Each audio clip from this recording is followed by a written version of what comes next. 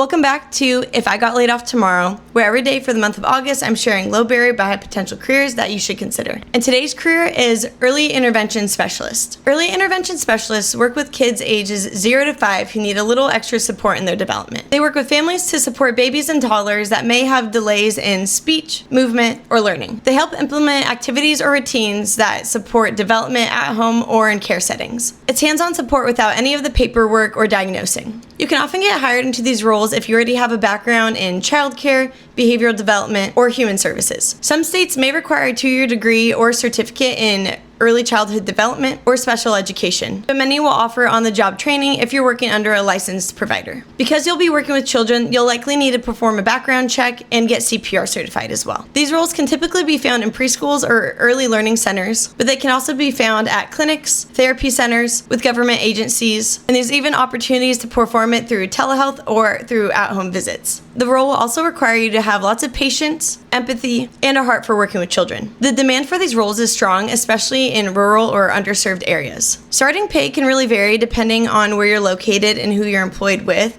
but I've seen ranges from $17 to $25 an hour starting out, with full-time salaries in the $40 to $60K range. But this will depend on the level of certification for the role, who your employer is, and where you're located. But these roles are growing in demand everywhere. They're low barrier to entry, and they're great for people who like working with children, which is why if I got laid off tomorrow, I would consider becoming an early intervention specialist. Make sure to follow to learn about more low barrier but high potential careers that you should consider. And if you're a job seeker looking for additional resources, feel free to check out my website linked in my bio. See you tomorrow.